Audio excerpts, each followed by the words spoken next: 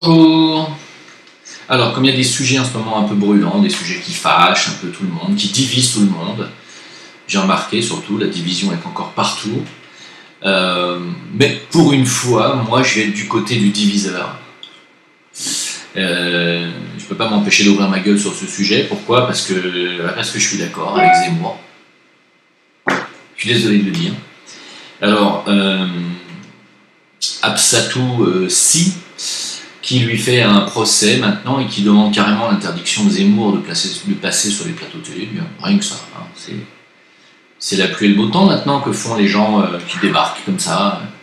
D'abord, sur le fond du sujet, Zemmour dit que les gens d'origine étrangère qui portent des prénoms qui ne sont pas dans le calendrier grégorien, hein, on va y revenir, devraient franciser leur nom pour mieux s'intégrer, mieux faire partie de la France et de son histoire, etc. Est-ce qu'il a raison, est-ce qu'il n'a pas raison ? Moi, je tiens juste à rappeler que c'est une loi républicaine. Alors, on peut dire tout ce qu'on veut sur la République, que c'est franc-maçon, de tout ce que vous voulez, je suis d'accord avec vous. Il n'empêche que, actuellement, c'est la République, la France. Actuellement, je dis bien. C'est une république laïque, tandis que la France, elle, est chrétienne. Eh oui, la différence, elle est de taille. La République est une création franc-maçonne, judéo-franc-maçonne, il faut le dire. Ce qui n'a pas empêché... Attends, je vais y revenir après. C'est une création judéo-franc-maçonne, tandis que la France est un pays, est une nation, il faut le dire, est une terre chrétienne. Voilà. Donc, la République est laïque, c'est-à-dire... Elle ne veut pas d'affaires religieuses dans ses affaires politiques, tandis que la France a un passé royaliste et chrétien, et c'est totalement indéniable. Ceci dit, et là il faut mettre un peu les points sur les i, la loi qui obligeait les étrangers demandant la naturalisation française à prendre un prénom français n'est pas une loi chrétienne, c'est une loi républicaine. À savoir une loi napoléonienne qui date de 1801, si ma mémoire est exacte. 1801, c'est la République, donc c'est une loi laïque, et non pas chrétienne. Je le dis à tous ceux qui disent on ne va pas perdre votre prénom musulman pour faire plaisir à ta face de chrétien. Non, il ne s'agit pas de perdre son prénom musulman pour prendre un prénom chrétien. Et non, parce que c'est une loi républicaine, totalement anti-chrétienne. Donc il s'agit de prendre un prénom du calendrier grégorien. Grégorien, c'est le calendrier annuel qu'on vous distribue à chaque fin d'année. C'est un calendrier qui comporte des prénoms chrétiens, certes, mais pas seulement. Il y a aussi des prénoms grecs, de tous les historiens, de tous les personnages historiques qui ont existé, et même des personnages littéraires. Certes, ce n'est pas des prénoms d'actualité, ni des prénoms très jeunes, ni très américains, mais... c'est la loi française républicaine napoléonienne qui a été en vigueur jusqu'en 1993. On a retiré cette loi en 1993, voilà. C'est-à-dire il y a 15 ans. Jusqu'à il y a 15 ans en arrière, ça aurait dû être une obligation pour toutes les personnes étrangères qui demandent la naturalisation ou à qui on donne la naturalisation. C'est pas moi qui l'ai voulu, c'est la loi de la République française jusqu'en 1993, d'ailleurs qui devrait toujours être en vigueur puisque ça fait partie de la Constitution républicaine. Alors si vous n'aimez pas la République et que vous ne voulez pas vous plier à ces règles, pourquoi vous venez en France ? La question elle est posée. Alors aujourd'hui certes, ce débat n'a pas lieu d'être puisque la loi a été abrogée en 1993, hein, mais il n'empêche que c'était la loi de la République française. Donc, ou tu l'acceptes ou tu l'acceptes pas. Il n'y a pas à discuter 36 000 ans. C'était la loi. Maintenant, si tu veux t'en prendre à quelqu'un, il ne faut pas s'en prendre aux gens qui rappellent ce qu'était la loi. Il ne faut pas s'en prendre à Zemmour. Zemmour, pour une fois, il dit quelque chose... Enfin, pour une fois, il dit souvent des choses sensées, mais là, il dit quelque chose d'historiquement vrai. C'était la loi républicaine. Donc les étrangers qui demandent la naturalisation, c'est ok, mais il y a une condition, c'est de prendre un prénom du calendrier grégorien, et non pas un prénom chrétien. Je rappelle que mes grands-parents, qui sont arrivés d'Italie à l'époque de Mussolini, quand ils sont venus en France et qu'ils ont demandé la naturalisation française pour fuir l'Italie, fasciste, On leur a dit d'accord. Primo, on a balancé une carabine dans les mains de mon grand-père, on lui a dit tu vas au front. Il a fallu qu'ils se battent contre les Allemands. Sans cartouches, sans munitions, hein, il m'a raconté la guerre, il a passé son temps à courir. Deuxio, on lui a dit tu prends un prénom français. Alors Guy, c'était Guido en italien, il s'est appelé Guy. Et ma grand-mère, c'était Assunta, elle s'est appelée Suzanne. C'était une obligation, c'est comme ça. Qu'est-ce que vous venez nous emmerder? C'était comme ça. C'est pas la peine de dire mais c'est du racisme, mais c'est ça. Mais c'était ça, c'est tout. Alors, qu'est-ce qu'il y a à emmerder le monde? C'était comme ça, point final. Et je tiens à rappeler que ce n'est pas une histoire de chrétienté, voilà, je le répète. Deuxio, les Juifs, eux, l'ont fait, ils ont pris un prénom du calendrier grégorien. Ils n'ont pas fait chier le monde. Moïse, Rachel, terminé, ils ont pris les prénoms du calendrier grégorien. D'ailleurs, Zemmour a pris Éric. Donc il illustre très bien ce qu'il dit, et je vois pas où est le problème. Mon grand-père s'appelait pas Guido, il s'appelait Guy. Voilà. Alors en famille, on l'appelait Guido. Hein. Voilà. Et il n'a jamais été question de changer le nom de famille. Il s'agit du prénom. D'ailleurs, je crois que vous pouvez prendre un prénom, le premier prénom du calendrier grégorien, parce que c'était la loi, et garder un deuxième prénom ethnique, si je puis dire.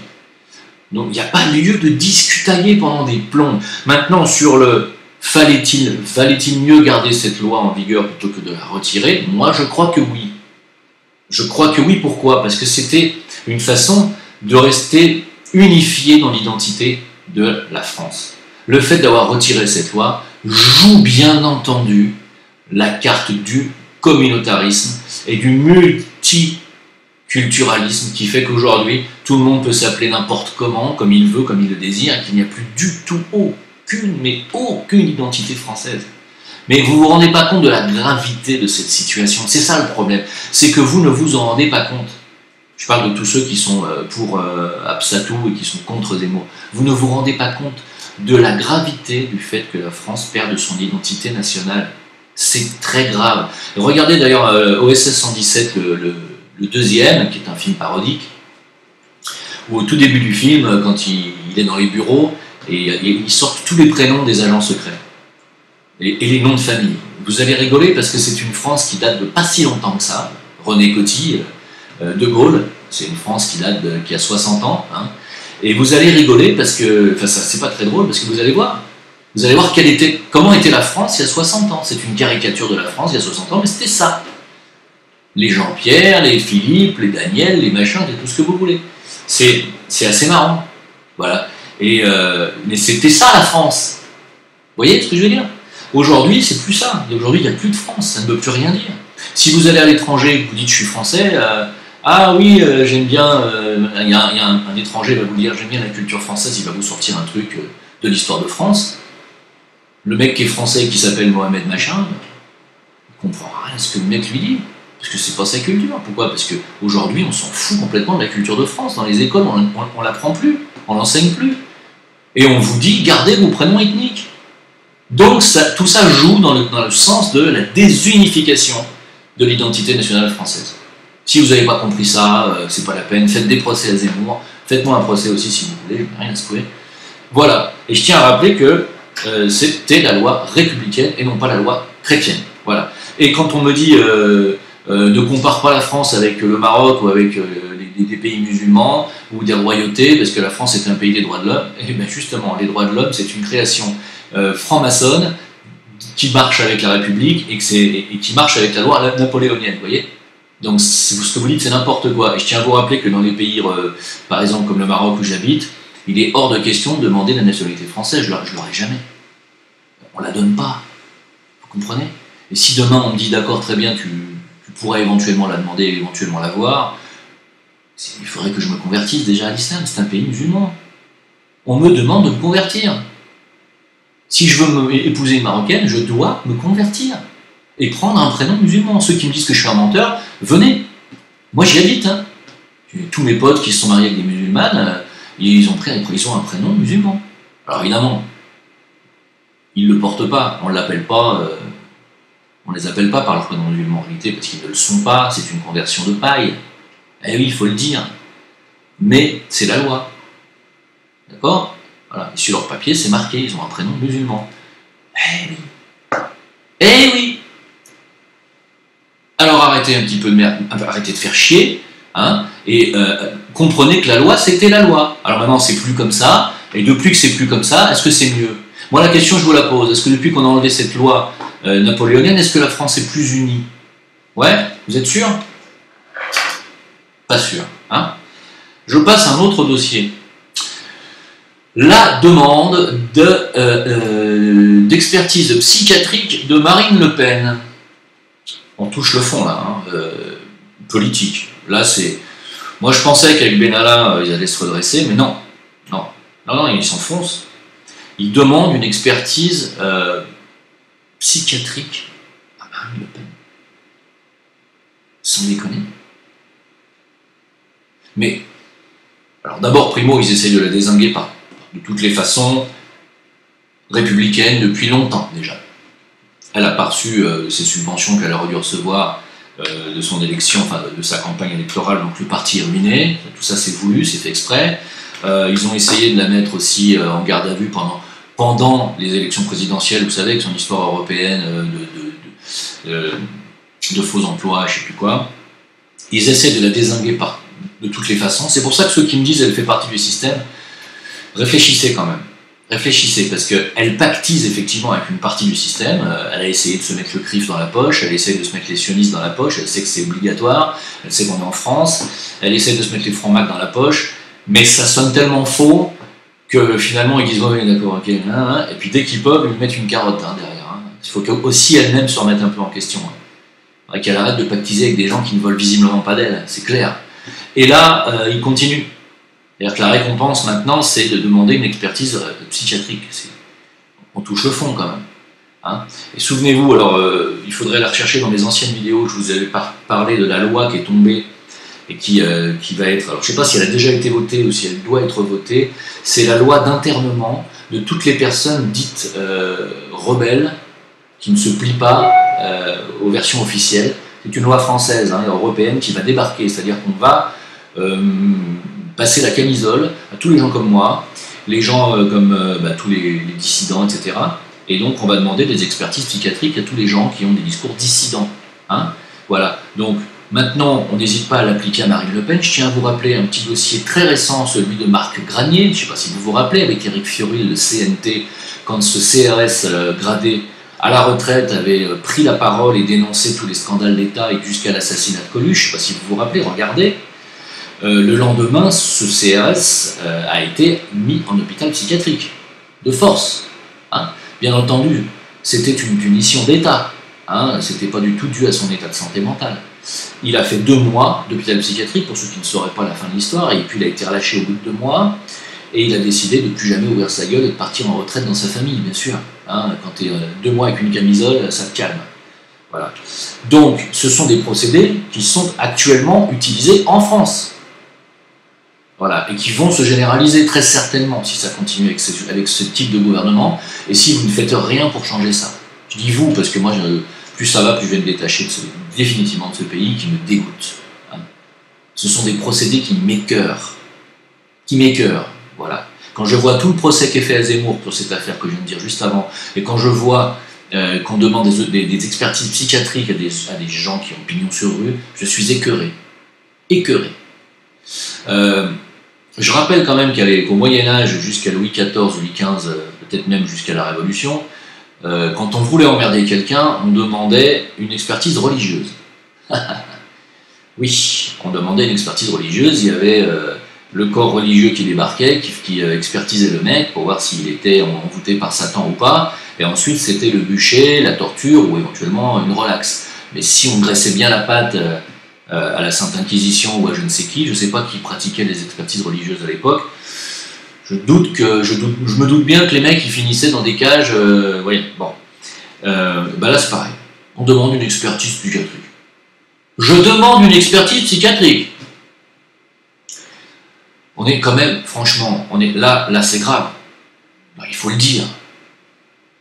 Là, ce pays est en train de sombrer. Non mais, politiquement parlant, déjà socialement parlant, c'est la désunification, c'est le multiculturalisme, c'est bien entendu le communautarisme qui grimpent de partout, des revendications religieuses qui grimpent de partout, le halal qui est appliqué dans les entreprises, même quand il n'y a que 30% de musulmans dans l'entreprise. Mais on rêve. C'est le recul définitif de la République. On parle de la République, mais il n'y en a pas. Il n'y en a plus. Il n'y a plus rien en France, il n'y a plus aucune autorité. C'est Bruxelles qui décide pour les lois. Et après, derrière, ce sont les gauchos totalement soumis à Soros et à leur clique, en fait, en réalité, pour détruire et dézinguer tout ce qu'il y a d'unité nationale en France. Il faut arrêter de rêver, il n'y a plus rien dans ce pays. C'est fini. Mais vous ne vous rendez pas compte de la gravité de la situation. C'est ça qui est grave. Vous ne vous en rendez pas compte. Je dis vous, bien entendu, je ne parle pas de ceux qui regardent mes vidéos et qui savent très bien qui sont d'accord avec moi. Je parle de tous ceux qui ne sont plutôt pas d'accord, qui m'insultent en général. Alors sachez que si vous n'êtes pas d'accord, vous pouvez l'écrire, mais que dès que vous m'insultez, je ne lis pas votre post, vous êtes systématiquement bloqué. Hein, je ne supporte pas les insultes, je vous le dis franchement. Voilà. On va continuer. Alors sur des dossiers un peu plus sympathiques, Poutine a-t-il baissé son froc face à Israël? Bon. La vérité, c'est que je ne sais pas. Alors, je ne pense pas. Alors, c'est vrai qu'il y a deux versions aujourd'hui qui s'opposent. Il y a des gens qui disent que Poutine est juif. Il est donc lui-même partie intégrante du nouvel ordre mondial. Et donc, en fait, en réalité, il ne s'opposera jamais à l'Israël parce qu'il fait partie de la même clique. Il y a cette version-là. Et puis, il y a l'autre version qui dit qu'au contraire, Poutine est un contrepoids pour le nouvel ordre mondial de la cabale sioniste qui est en train de s'imposer. Et que donc, il ne se laissera pas faire et que si il faut bombarder Israël, il le fera. Bon, alors écoutez, c'est vrai qu'il s'était passé une chose similaire avec l'armée turque qui avait bombardé un avion russe et qui avait dézingué un avion russe il n'y a pas très longtemps, il y a 2 ans je crois, et que Poutine avait quand même passé l'éponge. Est-ce qu'il avait baissé son froc à l'époque avec les Turcs? On ne peut pas dire ça, il avait fait preuve de diplomatie et de clémence. Je pense que dans l'histoire avec Israël, bien entendu qu'ils sont totalement responsables, bien entendu qu'ils ont tiré, bien entendu qu'ils se sont planqués derrière un bombardier russe pour que ce soit lui qui prenne, c'est une évidence. Maintenant, évidemment, Poutine ne peut pas bombarder un pays qui a l'arme atomique juste parce qu'on lui a dézingué un avion. Je pense qu'il prépare doucement un plan contre Israël, et en tout cas pour les empêcher de continuer à intervenir militairement, c'est ce que j'ai compris. Je pense qu'ils n'auront plus le droit de tirer des missiles à distance parce qu'il y a la flotte russe qui est juste là et qui va veiller au grain. Et quant à l'aviation israélienne, je ne suis pas certain qu'ils aient le droit de continuer à se balader comme ça dans le sol syrien. Hein. Donc c'est une affaire à suivre. Pour ma part, je ne prends pas parti pour l'instant. Je continue de croire que Poutine est un contrepoids, moi personnellement. Voilà. Même si j'ai des amis qui me disent que j'ai tort, on verra bien. Hein. Voilà. Pour ce qui est, je vous ai parlé dans une vidéo assez récente du programme de reconnaissance faciale en Chine, vous savez, qui sont en train d'installer plus de 400 millions de caméras dans toute la Chine pour repérer et contrôler la population, attribuer les bons points et les mauvais points, et on reconnaît le visage d'un citoyen parmi des milliers d'autres. Hein, avec ce programme de reconnaissance faciale. On m'avait dit que ça n'arrivera jamais en France. Détrompez-vous, voilà. C'est tout. Et c'était juste pour vous dire ça. Hein, c'est bien, non? Ce que vous en pensez? Voilà, le futur est enfin ancré dans le présent. Vous allez pouvoir y goûter de plus en plus rapidement. Un matin, vous allez vous réveiller, ce sera beaucoup trop tard pour ceux qui dorment. Hein, beaucoup trop tard. Alors, quand je parle de ceux qui dorment, parce que sur le dossier OVNI, il y a beaucoup de gens qui roupillent et qui ne veulent pas ouvrir leur cervelle. Hein. C'est-à-dire qu'il y a énormément de gens qui sont réticents à la possibilité qu'il puisse y avoir, d'abord primo des OVNI déjà, et deuxio, que l'univers puisse être peuplé d'autres espèces intelligentes, même plus intelligentes que nous. C'est dingue, mais qu'est-ce que vous avez à la place du cerveau? Vous pensez sincèrement qu'on est les seuls dans l'univers? Et que c'est pas possible qu'il y ait d'autres civilisations? Vous êtes sérieux?